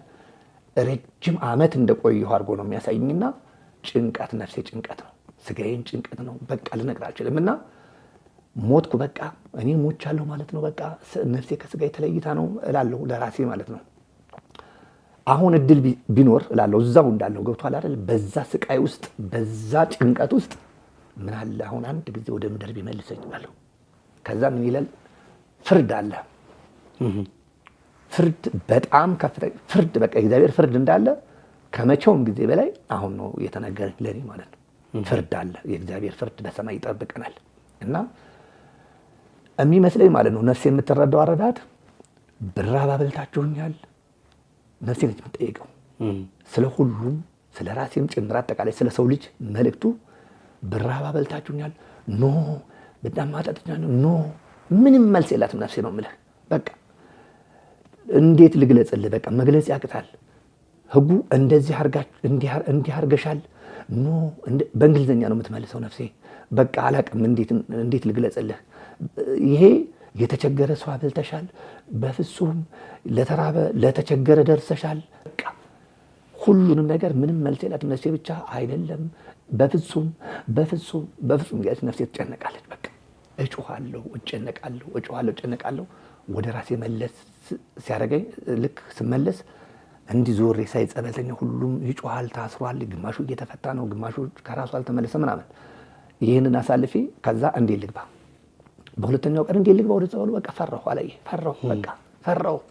ከዛ በኋላ ተንቀጠቀጥኩኝ። ነፍሴን መጨነቅ ጀመረች፣ ስጋዬን መጨነቅ ጀመረ። በቃ ልነግርህ አልችልም ጭንቀቱ። በቃ ከዛ በኋላ እኔ ከዚህ በኋላ ከሰው ጋር አልቀላቀልም አልኩኝ። በቃ ከሰው ጋር አልቀላቀልም፣ ሰውም አላገኝም። እንዴት ያየሁትን ነገር በቃ ልነግርህ አልችልም። በሰማይ ያለው ፍርድ ምንም አይነት በዚህ ያበቃል የሚባል ይሄ አሁን ከዚህ ዘመን በኋላ ይሄ ያልቃል የምትለው ዘመን የለም። በቃ እዛ በጣም ከባድ ነውና እኔ ምንድነው የተጨነቁት? አሁን እዚህ ምድር ላይ ያለ ሰው እንዴት ነው ምንድነው አሁን ከዛ ፍርድ ማን ያመልጣል? በቃ ወጥቼ ከጸበሉ ራሱ ወጥቼ በቃ ይሄን የሚያስጨንቀኝ መተኛት አቃተኝ። በቃ ልጆች ነበሩ ከኔ ጋር በቃ እየተንቀጠቀጥኩኝ በቃ እያለቀስኩኝ እግዚአብሔር ወይ ይቅር በለኝ፣ በቃ ይቅር በለኝ። እንዴት ነው ምንድነው ከዚህ ፍርድ ማመልጠው? በቃ እሱ ነው ለቅሶ የነበረው። ከዛ በኋላ ነገ እንደገና ደግሞ ሲነጋ ሆንም ግዴታ መጠመቅ አለብኝና ይኸው መንፈሱ አይደል እየተቀጠቀጠ እንትን የሚለው ያሳምኑኛል ጓደኞቼም፣ በርታ አይዞህ፣ በቃ እየተቀጠቀጠ ነው፣ አይዞህ እየተሸኘልህ ነው ምናምን። ከዛ በአራተኛው ነው በአምስተኛው ቀን ሁል ጊዜ ጭንቀት ነው። ምንም ደህና ነገር ያየሁት ነገር የለም። ያው ኃጢአት ውስጥ ገብቼ ስለወጣሁም ነው መሰለኝ አላውቅም። ያየሁት ደህና ነገር የለም። የማየው ነገር በቃ ሲኦል፣ ገሃነመ እሳት፣ ፍርድ፣ የሰው ልጅ ነፍስ ሁሉ እየጮሁ ምንም አይነት በዚህ ጊዜ ያበቃል በዚህ ጊዜ ያልቃል የምትለው ዓለም ዘመን እያለፈ ሌላ ዘመን ይተካል። በቃ በዛ እንቅስቃሴ ውስጥ ነው እየቀጠለ የሚኖረው። በቃ ዓለም ትልቁ ደግሞ የነፍሴ ጭንቀቷ እሱ ነው። ትልቁ የነፍሴ ጭንቀት ያ ነው። ይመጣል ዘመን ያልፋል፣ እንደገና ይሄዳል፣ እንደገና ሰርኩሌት ነው የሚያደርገው። በቃ ያበቃል የምትለው ነገር የለም። ነፍሶች ይጮሃሉ፣ ምድር ትናወጣለች፣ ዓለም ትናወጣለች። በቃ በዚህ ጭንቀት ውስጥ አሳለፍኩኝ። ከዛ መጨረሻው ላይ ምርት ደለጎ ኪዳነ ምሕረቱም እንደዛ ተሰውር የለም እዛም ሄደን ነበረ። አልገባሁም፣ እዛ ፈራሁ፣ አልገባሁም። እንዴት ልግባ? መጨነቁን በጣም በቃ ከበደኝ። ነፍሴም ደከመች፣ ስጋዬም ደከመ። ከዛ አልቻልኩም። እንትን ገብቼ መጣሁ፣ ዮርዳኖስ ገብቼ ወጣሁኝ። ከዛ በኋላ ተመለስኩኝ። የበርሜል ወደዚህ የመጨረሻ ጉዞ ሳረግ ራሱ እኔ ከዚህ በኋላ አልችልም መግባት አልኩኝ። ጓደኞቼ እንደውም ምን እያሉ ነበረ? በቃ እንደምንም እምቢ ካለ ይዘንም እናስገባዋለን፣ በቃ መንፈሱ ሲጨነቅ ነው የመጨረሻ ቀን ምናምን ሲሉ፣ በፍጹም እኔ ዮርዳኖስ ነው ገብቼ የመጣሁት የመጨረሻውንም ቀን። በቃ አልቻልኩም፣ ከቁጥጥሬ ውጭ ነው። በቃ ነፍሴ ድጋሚ ያንን ነገር ማየት አትፈልግም። ያንን ጩኸት፣ ያንን ፍርድ ማየት መስማት በፍጹም በቃ አልፈለኩኝም። በመጨረሻው ቀን ዮርዳኖስ ተጠምቄ መጣሁ። ከዛ ባህር ዳር አሁን ሐራ ድንግል ገባሁኝ። በማግስቱ ተጠምቄ ወደ አዲስ አበባ መጣሁኝ እና ከመጣሁኝም በኋላ ይኸው ጸበል ቦታ ነው ያለሁት። በዚህ እንቅስቃሴ ውስጥ ነው ያለሁት። ላይ በጣም ከባድ ችግር ውስጥ ነው ያለሁት እምልህ። በህይወቴ በጣም ብዙ ነገሮች የማደርጋቸው ነበሩ። ስራዎችም ተበላሽተውብኛል። ማድረግ የምፈልጋቸው መንፈሳዊ ነገሮች ነበሩ፣ እነሱም አልተሳኩልኝም እና በቃ ይኸው በችግር ነው ያለሁት ወንድሜ እልሃለሁ። ጥምቀቱን አሁን በፊት እንግዲህ ከአንዴም ሁለቴም ወደ ቅዱስ ጊዮርጊስ ሄደሃል። ከዛ ጊዜው ከመጀመሪያ ጊዜው አሁን ላይ እያከበደብህ ምን ይመስላል? የነበርክባቸውን አስቀያሚ ነገሮች በደንብ ንስሐ አልገባህበት? ንስሐ ገብቻለሁ፣ ግን አሁን እዛ ጋ ያለው ነገር እንዳቅ ከዚህ በኋላ ከእግዚአብሔር ውጭ ከስላሴ ውጭ ምንም አይነት ነገር ወደ ምንም ነገር ውስጥ እንዳልገባ በደንብ ማስረጃ እየሰጠኝ ነው። ሁለተኛ ነገር ደግሞ ለኔ ብቻ አይደለም ፍርዱ ለዓለም እዚህ ምድር ላይ ላለ ህይወት ላለው ነገር ሁሉ ፍርድ እንዳለ በሰማይ አየህ፣ ለሌላም ሰው እንድናገር እንድመሰክር ነው የተረዳሁት። እና ከዚህ በኋላ ማለት ነው የፈለገ ተአምር ቢመጣ ከስላሴ ውጪ ከሃይማኖቴ ውጪ ወደ ሌላ እንትን የፈለገ ነገር ምን እንደሚገርመኝ ታውቃለህ? አሁን እኔ እነዚህ ያሳለፍኳቸው ነገሮች ሁሉ ሲሆኑ ይህንን ያህል ዓመታት እንግዲህ ኦልሞስት 5 ዓመት ብያለሁ በዚህ ደረጃ ውስጥ። በተለይ ስፔሻሊ ይሄ 2 ዓመቱ በቃ ስራዬንም ከስራም አቋርጬ ስራዬንም ህመሙም በጣም እየበረታብኝ መንቀሳቀስ የማልችልበት ደረጃ ደርሼ ካልጋ እኮ መውረድ አልችልም። እና እነዚህን ነገሮች እያሸጋገረኝ ያሳለፈኝ እግዚአብሔር ለካ የሚጠብቀኝ እሱ እያለ እኔ ተሳስቼ ተሸውጄ ነው። አየህ፣ በስጋ ለስጋዬ ለመኖር ብያየው። ከዛ ግን ትክክል ነው። አንዳንድ ሰው እንደዚህ የሚቀርቡኝ ቤተሰብ ነገርኳቸው ያለውን ነገር እንደዚህ ነው የወጣውን ነገር የቅርብ ባለቤቴም ዘመዶች የቅርብ የኔም ቤተሰቦች ምናምን ስል አሁን ካለፈ በኋላ ግን ስንለው ማድረግ አልነበረብኝም ባልነካካ። የሚቆጨኝ ነገር ይሄ ነው። አይ ምድርና ሰማይን የፈጠረ አምላክ ያለ እኔ በስጋ ለመኖር ትንሽ እድሜን ጨመርልኝ ብዬ በየዋህነት ለመኖር ስትጨነቅ እኮ ከባድ ነው። ምን እንደምታደርግ አታውቀውም። አየህ እኔ ቤተሰቦችን ወደ ንስሐ ጓደኞችን ወደ ንስሐ መንገድ እየመራው ግን ፋይናሊ ተሸነፍኩኝ ባለቀ ሰዓት። አየው ይሄ ነገር ከዚህ በኋላ እንደማይሰራ ነው የምነግርህ እኔ ጋር በታሪክ ማለት ነው። ሞትም ቢመጣ ዝግጁ ሆኜ እቀበላለሁኝ። እና ያው አሁን ምንድነው መሰለህ ሕክምና በጣም ብዙ ሕክምና አድርጌያለሁ። መድኃኒቶች አሉ አሁን በጣም ብዙ ውድ መድኃኒቶች የሚገርም የተገዙ ቁጭ ብሏል ቤት አልወሰድኳቸውም። የእሱ እንዳልሆነ ሲገባኝ አቋርጬው ተቀምጧል። የሚገርም ቤት በጣም ብዙ መድኃኒቶች አሉ። አሁን ምንድነው የሚሉኝ ዶክተሮቹ በደሜ በአጥንት ብርድ በቃ በብርድ ነው የሚመሰለው እንትኑ አጋንንቱ አሁን በመንፈሳዊ ሳየው ማለት ነው። አሁን ብርድ ነው ሰውነቴን ተቆጣጥሮኝ ያለው ገባ እስከ አጥንቴ ድረስ ዘልቆ የገባ ብርድ ይሄ በደም ውስጥ በአጥንት ውስጥ ያለ ብርድ እና እሱን ለማስወጣት ምንድነው አንደኛ ያው እግዚአብሔር በራሱ ጊዜ ሲፈቅድ እግዚአብሔር ያስወጣዋል አምናለሁ፣ እድናለሁ፣ ነገ እንደቀደመ ህይወቴ እኖራለሁ እና ያንን ነገር እግዚአብሔር እንዲያቀርብልኝ እኔ እንደኔ ኃጢአት ሳይሆን እንደ ቸርነቱ ያን ነገር እንዲያቀርበው ነው አሁን እምለምነው።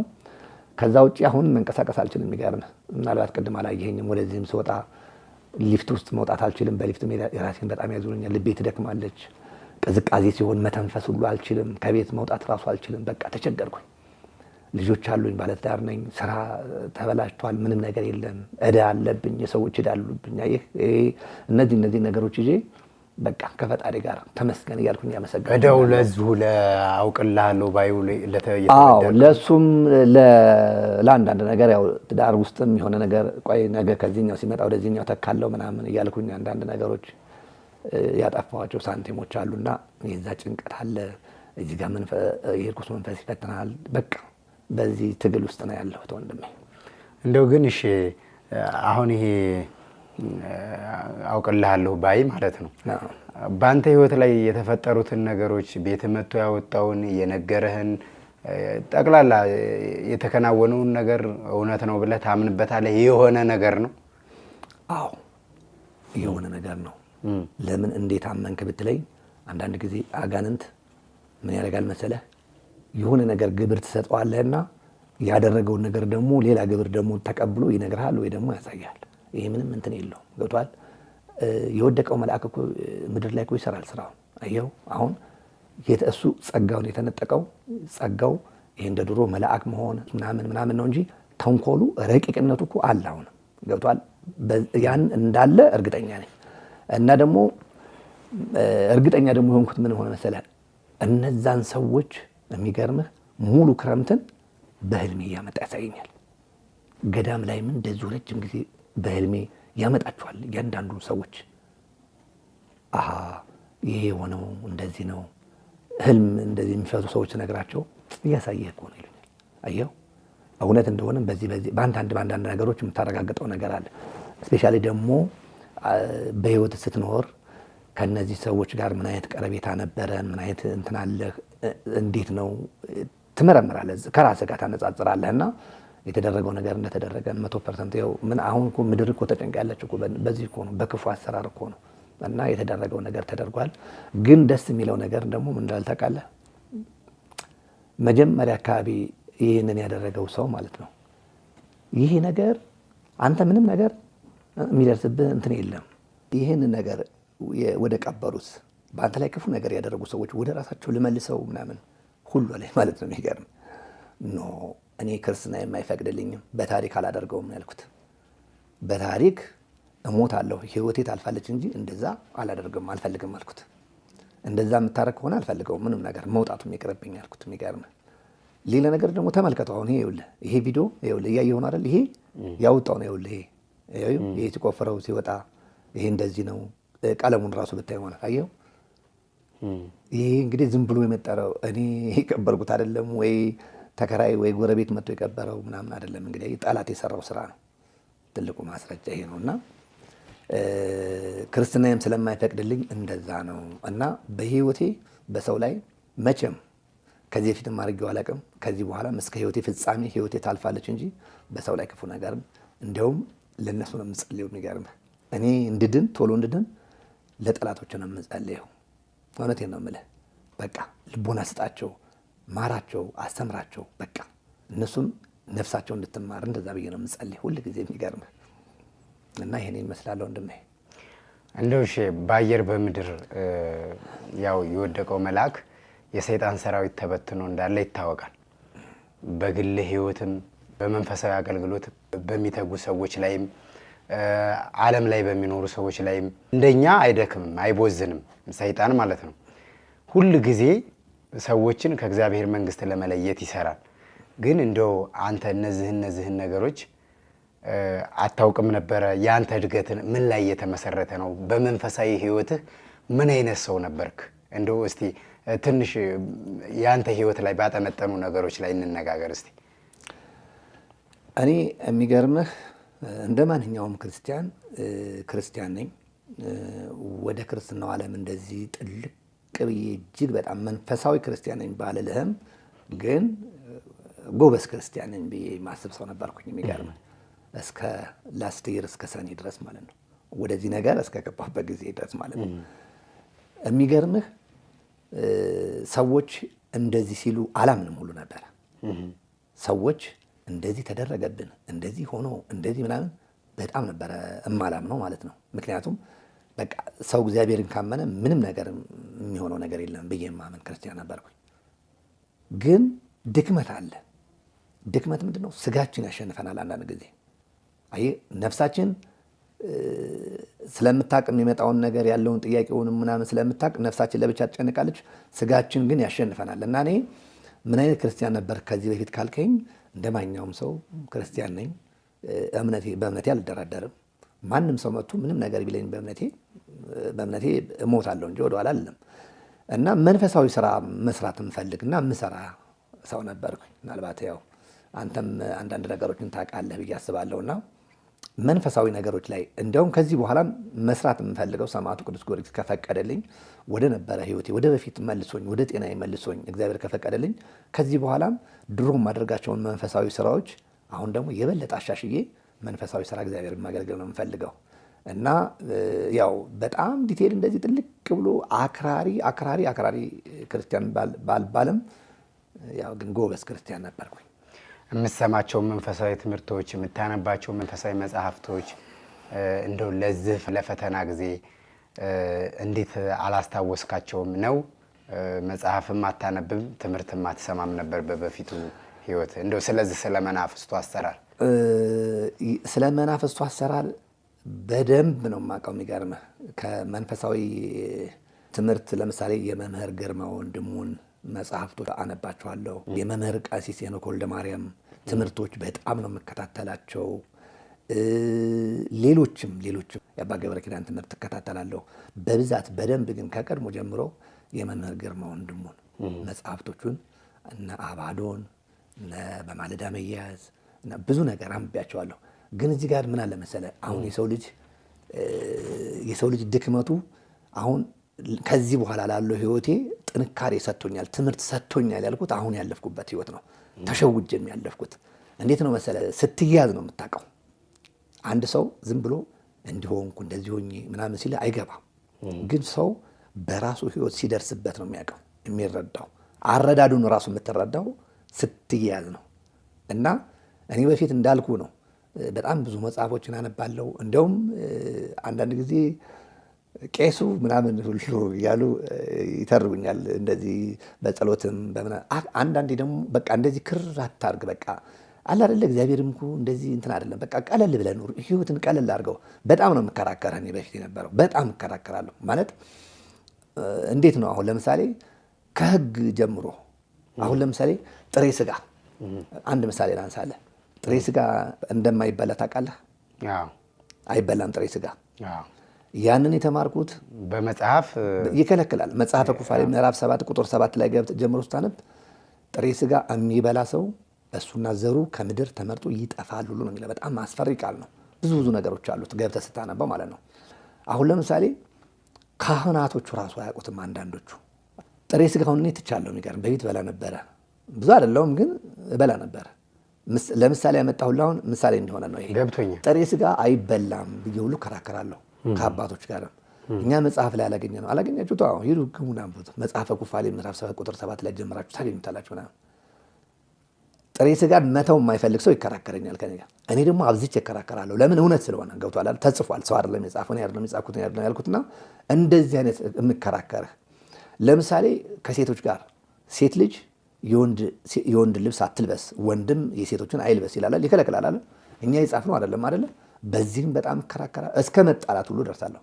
ቤተክርስቲያን ላይ ለምሳሌ ማለት ነው የምገባበት ቤተክርስቲያን፣ የተለያየ ቤተክርስቲያን ላይ ስገባ ለጸበል ለመጠመቅ ምናምን ስገባ ሴቶች ጥፍር ቀለም ተቀብተው ዊግ አድርገው ምናምን ሲገቡ እኔ እናገራለሁ። አባቶች እንኳን ዝም ይብሉ እኔ እናገራለሁ።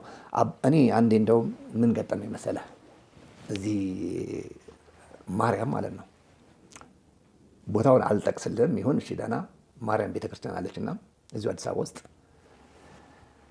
አንድ ቦታ አንድ ገዳም ላይ እመላለሳለሁኝ እኔ። በጣም ትልቅ ገዳም እዚሁ አዲስ አበባ ውስጥ ያለ በጣም እኔ የሰው ልጅ ሁሉ ቢያየው እሱን ገዳም ብዬ የምመኘውና እዛ ገዳም ላይ የተማርኩት ትምህርት አለ። ሴት ልጅ ፈጽሞ ቤተክርስቲያን ስትገባ አይደለም ስትገባ በቃ እንዲህ ስትኖር የወንድን ወይ ደግሞ ይህን ነጥፍር ቀለም እና ዊግ እና ኩል ምናምን ማድረግ እንደሌለባት ተምሬያለሁ እዛ ገዳም ላይ። እና እዛ ያየሁትን ትምህርት ምናምን እዚህ ጋር መጥቼ ጸበል ከጥፍር ቀለም ተቀብታ ጸበሉ ስትገባ እህቴ እላታለሁ ቀስ ብዬ መጀመሪያ እንደዚህ እኮ ተደርጎ አይገባም፣ መቀሰፍ ነው፣ መንፈስ ቅዱስን ከዚህ ቦታ እንዲሸሽ ድህነትን እንትን ማለት ነው ብዬ እናገራለሁ። እና እኚህ አባት እዛ ማርያም ቤተክርስቲያን ካህን ናቸው። እዛ ጸበል የሚያስጠምቁ ሰሞነኛ ነው የሚባለው ተረኛ ማለት ነው። ሰሞነኛ ማለት እዛ እያጸበሉ ምንም አይናገሯቸውም። እና እኔ ያየሁኝ ከዛ አባቴ እንዴ እርሶ እያዩ ጥፍር ቀለም አድርገው ዊግ አድርገው ኩል ተኩለው ለምን ጸበል ቦታ ይገባሉ? እንዴት? ይህ እኮ አግባብ እኮ አይደለም። እኔ አላቅም፣ እኔ አሁን ካህን አይደለሁም ምንም አይደለሁም፣ ግን ከእርሶ ባላቅም ግን እንዴት ለምን ዝም ይላሉ አልኳቸው። እርሶ ለህሊናዎት አልኳቸው። በጣም ተናድጄ ነው የሚገርም፣ በጣም አግሬሲቭ ሆንኩኝ። ከዛ ልጄ ያሉኝ ትክክል እኮ ነህ አንተ፣ ግን እኔም ተናግሬ የሚሰማኝ ሳጣ ዝም በል ተባልኩኝ አሉኝ። አየው ዝም በል ተብዬ ነው የማገለግለው። ምን ትላለህ አንተ? እስከዚህ ድረስ ነው እንትን የምናገረው። ግን አልኳቸው እርስዎ መናገር ያለበትን ነገር ለህሊናዎት የእግዚአብሔር ሕግና ስርዓት ተከብሮ እንዲያስከብሩ ተናገሩ። አይፍሩ አልኳቸው። አይፍሩ። እኔ ምእመን ነኝ፣ ተራ እኔ ኃጢአተኛ። እኔ አሁን እርስዎ እንዲህ መናገር ምንም ስልጣንም የለኝም። ግን የእግዚአብሔር ቤት እየተዋረደ ሲያዩ ዝም አይበሉ። ሰውን አይፍሩ፣ እግዚአብሔርን ብቻ አይፍሩ ብያቸው ሄድኩኝ። ተናድጄ ማለት ነው። አሁን ምን አይነት ክርስቲያን ስላልከኝ ጉዳይ እንደዚህ ከራከራለሁ። በእንደዚህ የማየውን ነገር ለምሳሌ እምነቴ ሲነካ የሰውንም ሃይማኖት አልነካም፣ የራሴንም ሃይማኖት አከብራለሁ። ሰዎችም የራሴን ሃይማኖት እንዲነኩብኝ አልፈልግም። እኔም የሰው ሃይማኖት እንድነካ አልፈልግም። ተከባብረን ተዋደን ነው። ጓደኞች አሉኝ እኔ የተለያየ እምነት ተከታዮች፣ ፕሮቴስታንት፣ ሙስሊሞች ጓደኞች በጣም በፍቅር እኛ መጽሐፍ ቅዱስ ላይ እኮ እንደዚህ ያለ እንዲህ ነው የሚለው፣ እኛ ቁርአን ላይ እንደዚህ ያለ ምናምን ተከባብረን አይ ነው እኔ የራሴ መንገድ አለ፣ ይሄ ነው ከመጣ ይመጣል። አየው ወዴትም መሄድ አልችልም። ወደዚህም ወደዚህ ቀጥተኛ መንገድ በቃ እምነቴን ማንም በእምነቱ ይተማመናል አይደል? እኔም በእምነቴ በክርስትናዬ በቃ ወጥ አቋም ይዤ ነው የምሄደውና እንዲህ አይነት ሰው ነኝ ወንድሜ። እንግዲህ ምናልባት ያው ባልመልሰው የጠየቅኝ ጥያቄ እንዲህ አይነት ሰው ነኝ። አዎ ተመልሶልኛል። ግን ምንድን ነው ያው ሰው በህይወቱ ከብዙ ድካምና ከብዙ ውጣ ውረድ በኋላ አንድ ቀን ወይ ይሸነፋል ወይ ያሸንፋል። ትልቁ ነገር ያው ማሸነፍ ያው የድል መቀዳጀት ምልክት ነው፣ ወይም የመጨረሻው ድል መቀዳጀት ነው። ግን ወድቆ አለመቅረትም ደግሞ ትልቅ ነገር ነው። እንደ ይሁዳ ወድቆ አለመቅረት፣ እንደ አዳም ደግሞ ወድቆ መነሳት ያው እግዚአብሔር ለንስሐ ዕድሜ የሰጠው ሰው የሚያገኘው እድል ነው። አሁን አንተ የንስሐ ዕድሜ ተሰጥቷል። ያንን ያሳለፍከውንም ነገር መጀመሪያ ብዙ መጽሐፍቶችን ታነብ ነበር፣ ትምህርቶችን ትከታተል ነበር። አልሆነም፣ በሆነ መንገድ ደካማ በሆነው ጎንህ ያው ወደቅህ። አሁን ደግሞ ለመነሳት እግዚአብሔር ጊዜ ሰጥቷል። ለወደፊቱስ ምን ለማድረግ ነው ያሰብከው? አሁን የሚያስጨንቅህ ክፉ ነገርስ ምንድን ነው? በምን ሁኔታ ላይ ነው ያለኸውስ? በጣም ጥሩ። እኔ አሁን በአንድ ነገር አምናለሁ። አላየ እማምነው ምንድን ነው? እግዚአብሔር አለ። እግዚአብሔር ፍርድን ይሰጣል። የሰው ልጅ እንደወደቀ አይቀርም። እኔ አሁን እንዳልኩ በጣም በችግር ላይ ነው ያለሁት። ምልህ በችግር ላይ ስልህ ይህ ህመሜ የሚያመኝ ነገር አንድ ትልቅ ፈተና ቢሆንም ግን እግዚአብሔርን እንዳመሰግንበት ሰጥቶኛል። በቃ እግዚአብሔር ይመስገን። ሲመሽ እግዚአብሔር ይመስገን፣ ጠዋትም ተኝቼ ስነሳ እግዚአብሔር ይመስገን እያልኩ ነው ያለሁት። አላማርም። ይገርም ይሄ ሁሉ ነገር በህይወቴ ሆን አይደለ? አላማርም። እግዚአብሔር እንዳመሰግን እሱ ፈተናውን በአንድ ቀን እኮ እኔን መፈወስ ይችላል እኮ እግዚአብሔር በሰከንድ ውስጥ። ግን እግዚአብሔርን እንዳቀው እያደረገኝ ነው። ስለዚህ እግዚአብሔርን አላማርም፣ አመሰግናለሁ። ትልቁ ፈተና ምንድን ነው? አሁን የሳንቲም አንዳንድ ነገር አሁን ይሄ እንዳልኩ ቅድም ዕዳ ትንሽ ዕዳ አለችብኝ። እንደገና ደግሞ የሆነ መንቀሳቀሻ ነገር እንደምንም ከወደኩበት ተነስቼ ወደ ቀደመ ነገር ተመልሼ መስራት የምፈልገው አሁን ምንድን ነው ካልከኝ፣ እኔ በርሜል ጊዮርጊስ ላይ ሄጄ ስንቴ ሞቼ ስንቴ የተነሳው ሰው ነኝ። ብዙ ነገሮችን አይቻለሁ። ከዚህ በኋላ ዓለም ለእኔ ምንም አለችም።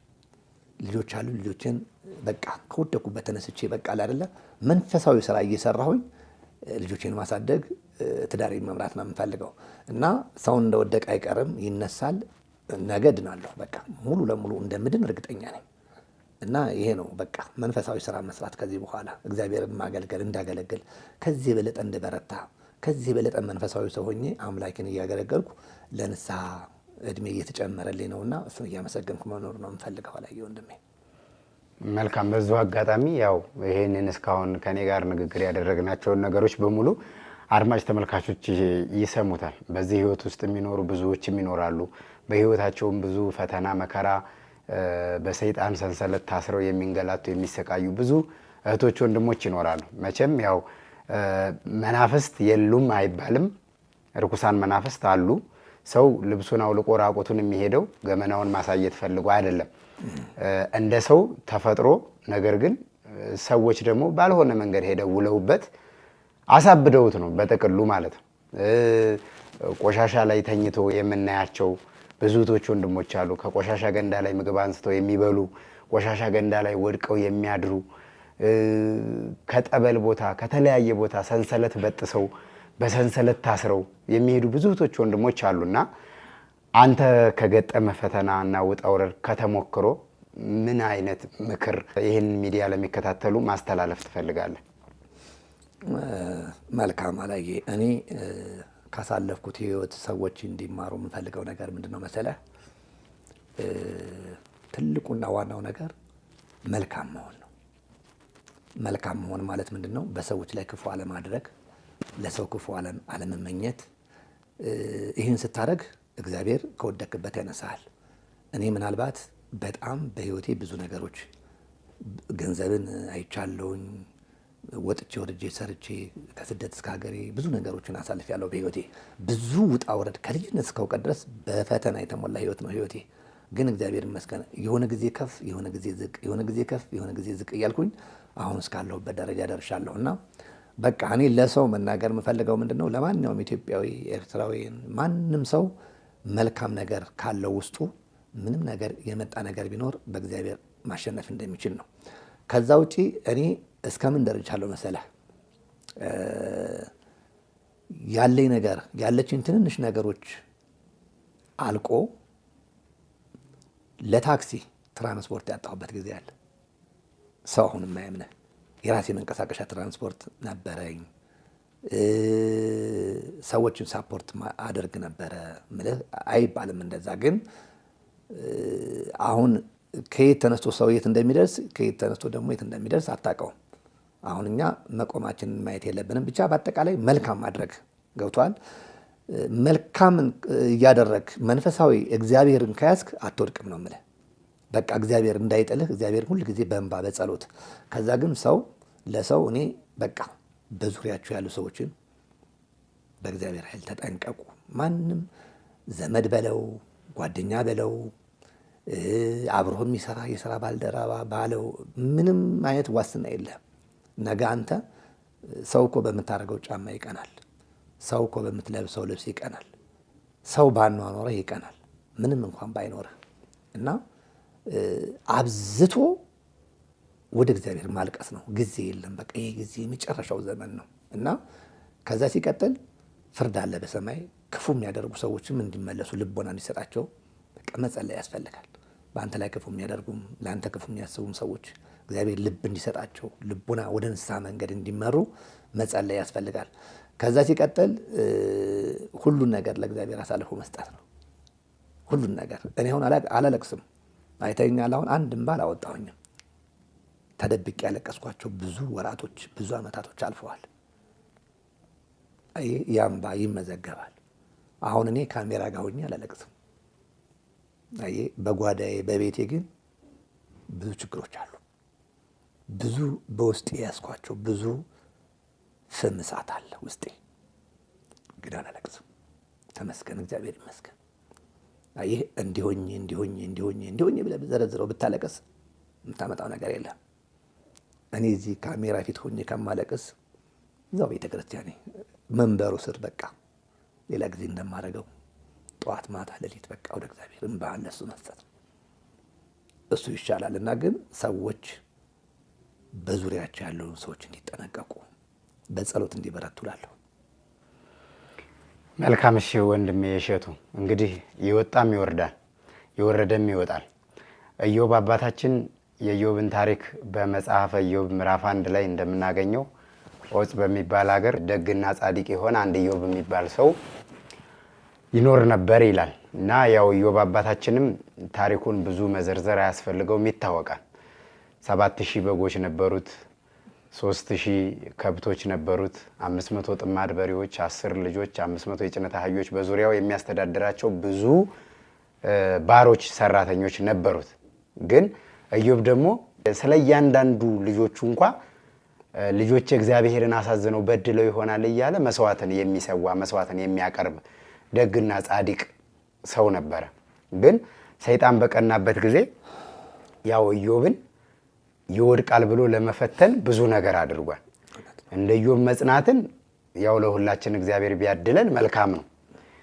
ኢዮብ ግን ባገኘውም በነበረውም ባጣውም ነገር እግዚአብሔርን ሳያማርር ያ ሁሉ መከራ ካለፈ በኋላ ደግሞ እንግዲህ ሰውነቱ እስከ መትላት፣ እስከ መምገል፣ እስከ መቁሰል፣ እስከ መግማት፣ እስከ መሽተት፣ ጓደኞችን እስከ ማጣት ብዙ ነገር እስከ ማድረግ መከራ ደርሶበት እግዚአብሔር ስላልተለየው ግን እነዚያ ሁሉ ተመልሰው ጸጋም፣ ክብርም፣ ሞገስም፣ ንግስናም ሁሉ ነገር እንግዲህ ለኛ ዛሬ ላይ ሆነን እንድንነጋገርበት በታሪኩ እንድንጽናናበት ኢዮብ በመጽሐፍ ቅዱስ ላይ ተመዝግቦ ጸንቶ የኖረ ጻድቅ ሰው ነው ማለት ነው። ስለዚህ አሁንም አንተ ትናንት የነበሩህን ነገሮች እንግዲህ የራስህ መኪናዎች እንደነበሩ የራስህ ሰው የምትረዳባቸው ነገር እንደነበር ዛሬ ላይ ምንም እንደሌለ እየነገርከኝ ነው። ግን ነገ ደግሞ ሌላ ቀን ነው።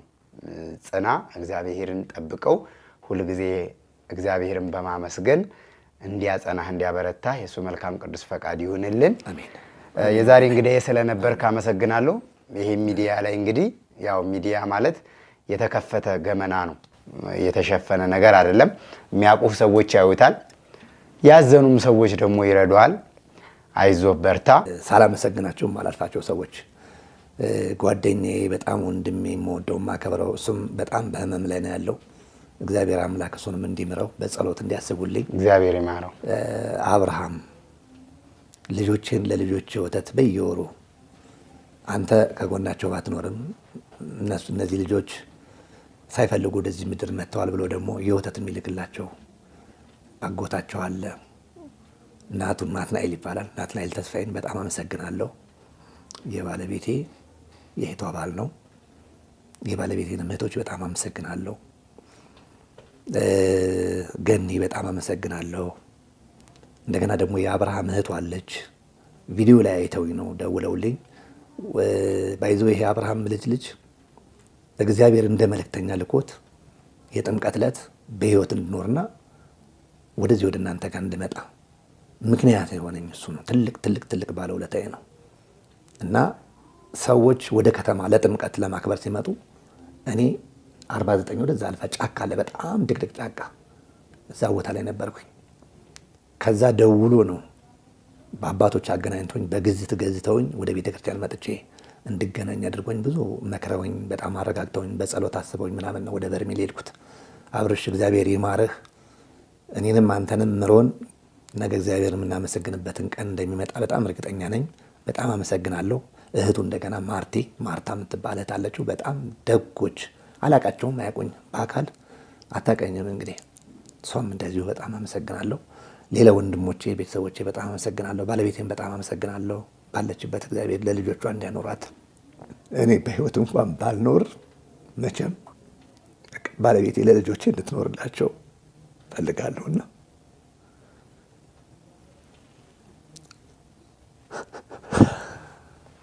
ለባለቤቴ ዕድሜና ጤና እንዲሰጣት እግዚአብሔር ፈተናዎቹን ሁሉ እንዲያቀልላት እመኛለሁ። በቃ ሁሉንም የኢትዮጵያን ህዝብ፣ መላው የኢትዮጵያን ህዝብ፣ የኢትዮጵያ ህዝብ ደግ ነው፣ የዋህ ነው፣ ብዙ ነገሮችን መስራት ማድረግ ይችላልና ስለምታደርጉልኝ ትብብር ሁሉ በእግዚአብሔር ስም አመሰግናለሁ። የተወደዳችሁና የተከበራችሁ አድማጭ ተመልካቾቻችን ከወንድማችን ከእሸቱ ጋር የነበረን ቆይታ ይሄን ይመስል ነበረ። እንግዲህ በወንድማችን በእሸቱ አይነት ህይወት ውስጥ ያላችሁ እህቶች፣ ወንድሞች ከሱ ተማሩበት። ወደ ሌላ መንገድ ወዳልሆነ አቅጣጫ እንዳትሄዱ በዚሁ አጋጣሚ ማስተላለፍ ፈልጋለሁ። የተቸገረ የተጨነቀ ሰው ወደ ብዙ መንገድ ይሄዳል። እኔን ደውሎ አሁን አንተን አገናኘኝ ብሎ አንተ በሄድክበት መንገድ መሄድ የሚፈልግ ሰው ሊኖር ይችላል። ያ አይጠቅምም። ዞሮ ዞሮ የትኛውም ሰው ፍርድ አለ። ራስህ አንስተዋል። ፍርድ አለ። 100ም የሚኖረው 80ም የሚኖረው አኗኗሩ ሊለያይ ይችላል እንጂ የእግዚአብሔር አደራ ዕቃ ነው ሁሉም ሰው። አንድ ቀን እግዚአብሔር እጅ ላይ ሲወደቅ ፍርድ ላይ ነው የሚቀረበው። ስለዚህ ወደ የትኛውም መንገድ መሄድ አያስፈልግም። ማገዝ፣ መደገፍ፣ መርዳት የምትፈልጉ እህቶች ወንድሞች ካላችሁ የወንድማችንን ችግር ተረድታችሁ ችግሩን ሊፈታለት የሚችል ማለት ከእግዚአብሔር በታች የደጋግ አባቶች ጸሎት፣ ከጸሎቱ በታች ደግሞ መንቀሳቀሻ የሚሆን ለትራንስፖርትም ቢሆን ሳንቲም ያስፈልጋልና ማገዝ የምትፈልጉትን አግዙት። የበረታችሁ በጸሎት የምትችሉትን ደግሞ ወንድማችን የተለያዩ ዕዳዎችም አሉብኝ፣ ከቤተሰብ ወጥቼ ከልጆቼ ከባለቤቴ ከቤቴ ወጥቼ ጸበል ቦታ ወድቄ ነው ያለሁት፣ የምትችሉትን አግዙኝ ነው ያለውና ማገዝ የምትፈልጉትን በምትችሉት በጸሎትም በሳንቲምም የምትችሉትን ነገር አግዙት። ያው እኔም ከጎኔ በማገኛቸው እህቶች ወንድሞች ልክ የትራንስፖርት ሰዎች እንዲከፍሉልህ አድርጌ ወደ ቅዱሱ ቦታ እንደወሰድኩ ከዚህ በኋላም ደግሞ የምችለውን ነገር ለማድረግ ከጎንህ ሆኜ አይዞህ ከመውደቅ ስለሚያድን እግዚአብሔር ያበርታህ፣ እግዚአብሔር ያጽናህ ማለት ትልቅ ነገር ስለሆነ እኔም በምችለው ከጎንህ አለው። እግዚአብሔር ፍጻሜህን ያሳምርልህ፣ ለሥጋ ወደሙ ክብር ያብቃህ ማለት እፈልጋለሁ። የተወደዳችሁና የተከበራችሁ አድማጭ ተመልካቾቻችን ዛሬ ከወንድማችን ጋር የነበረን ቆይታ ይሄን ይመስል ነበረ። በድጋሚ በሌላ ፕሮግራም እስከምንገናኝ ድረስ ሁላችሁም በያላችሁበት ቸር ሰንብቱ።